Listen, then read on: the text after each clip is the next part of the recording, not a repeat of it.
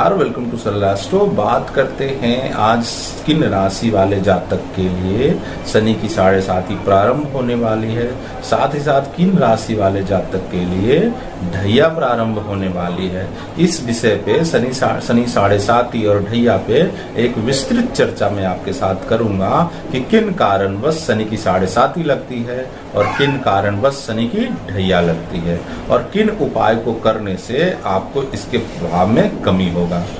तो बने रहें वीडियो के अंत तक। मैं आपसे साझा करूंगा शनि की 7.5 और ढैया की एक विस्तृत चर्चा।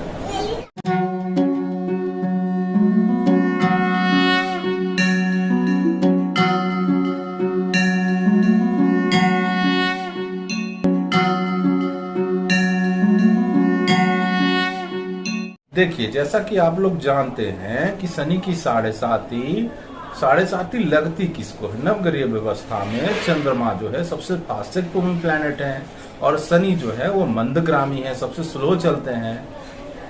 तो चंद्रमा से जब भी शनि द्वादश गोचर करेंगे, मान ली किसी की राशि मीन राशि है और मीन राशि से द्वादश भाव में कुंभ राशि होती है, तो कुंभ राशि पे जब शनि आएंगे गोचरवश, तो मीन राशि वाले जातक को शनि की 7.5 होगी।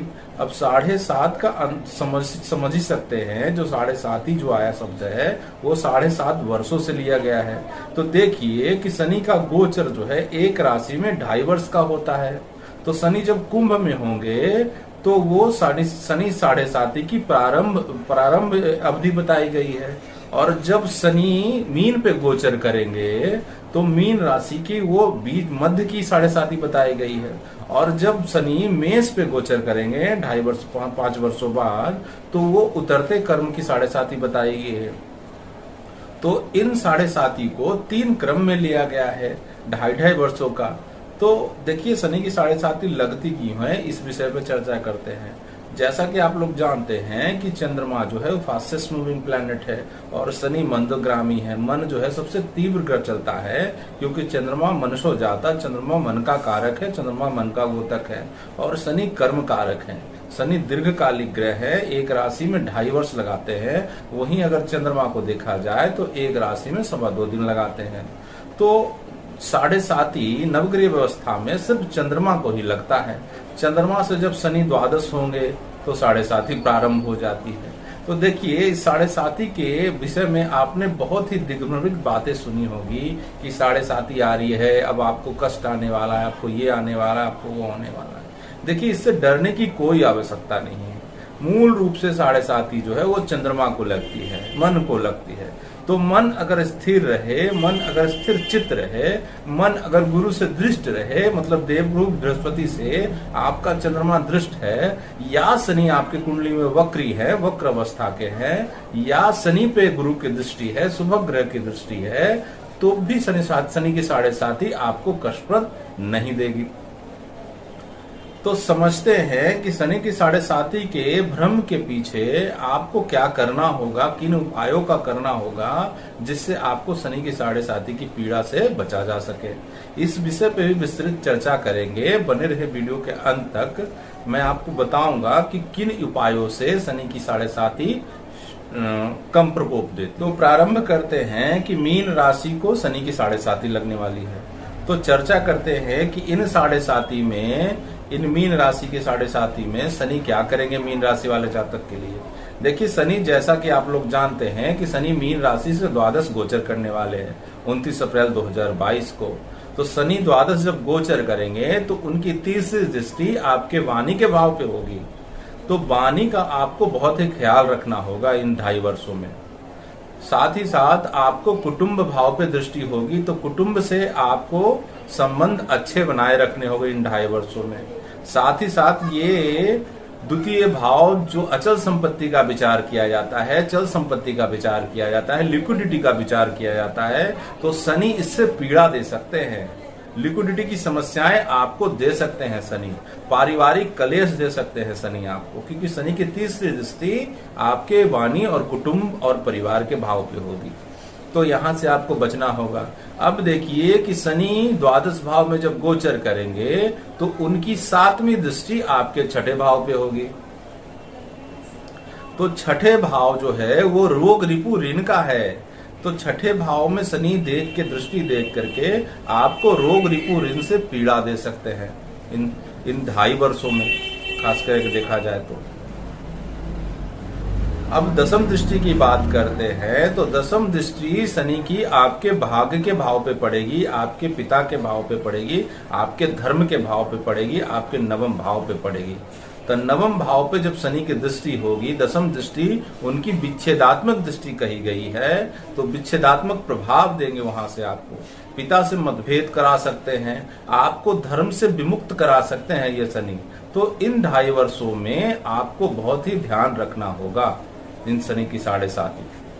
अब देखिए इसमें उपाय क्या करने होंगे, ये वीडियो के अंत तक आप बने रहे। मैं पहले बता दूं, कर्क राशि और माफ कीजिएगा, कर्क राशि और वृश्चिक राशि की जो ढैया प्रारंभ होने वाली है, इसके विषय में उसके बाद बात करते हैं। कर्क राशि के ढैया के बारे में, जैसा कि आप लोग जानते हैं कि कर्क राशि से शनि अष्टम भाव में गोचर कर रहे हैं।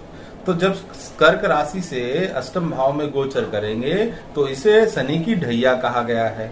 अब देखिए इन 2.5 वर्षों में आपको क्या करना होगा और क्या शनि दे सकते हैं, इस विषय पर चर्चा करते हैं। तो कर्क राशि से शनि अष्टम भाव में जब गोचर करेंगे तो उनकी दृष्टि, तीसरी दृष्टि आपके आजीविका के भाव पे पड़ेगी, आपके पिता के धन के भाव पे पड़ेगी, आपके प्रवास के भाव पे पड़ेगी, आपके करियर के भाव पे पड़ेगी। 10th हाउस आपका करियर है, तो 10th हाउस से रिलेटेड जितनी भी चीजें हैं उससे आपको शनि इन 2.5 वर्षों में पीड़ा दे सकते हैं। अब शनि जब अष्टम भाव में गोचर करेंगे तो द्वितीय भाव पे दृष्टि करेंगे, सामने भाव से। उनकी 7वीं दृष्टि आपके द्वितीय भाव पे पड़ेगी, जो वाणी का भाव है, कुटुंब का भाव है, परिवार का भाव है, लिक्विडिटी का भाव है। तो शनि की ये 7वीं दृष्टि आपके द्वितीय भाव पे पड़ेगी, तो आपको इन 2.5 वर्षों में अपने वाणी का ध्यान देना होगा, अपने आहार का ध्यान देना होगा। परिवार से क्लेश होने की संभावनाएं बनती है, इसलिए इसका भी आपको ध्यान देना होगा। अष्टम भावस्थ शनि की दसम दृष्टि आपके पंचम भाव पे पड़ेगी, जहां पे वृश्चिक राशि विद्यमान है। तो शनि 10वीं दृष्टि से जहां देखते हैं उस भाव से विच्छेदात्मक प्रभाव देते हैं। पंचम भाव आपके पूर्व पुण्य का भाव है, आपके संतान का भाव है, आपके ज्ञान का भाव है, आपके ग्रास्पिंग पावर का भाव है। तो इन भावों पे जब शनि की 10वीं दृष्टि पड़ेगी तो विच्छेदात्मक प्रभाव देंगे। कर्क राशि वाले जातक को संतान संबंधी समस्याएं हो सकती है इन 2.5 वर्षों में, उनकी एजुकेशन में बाधा उत्पन्न हो सकती है इन 2.5 वर्षों में, तो इसका ख्याल रखें। आइए अब बात करते हैं कालपुरुष की 8वीं राशि वृश्चिक राशि, जिनको शनि की ढैया प्रारंभ होने वाली है। देखिए वृश्चिक राशि से शनि का गोचर चतुर्थ में होने जा रहा है और उनकी 10वीं दृष्टि आपके चंद्रमा पे पड़ेगी, आपके मन पे पड़ेगी। और वृश्चिक राशि में चंद्रमा नवम भाव का स्वामी होकर लग्न में बैठता है, तो नवेश पे भी इनकी दृष्टि पड़ेगी।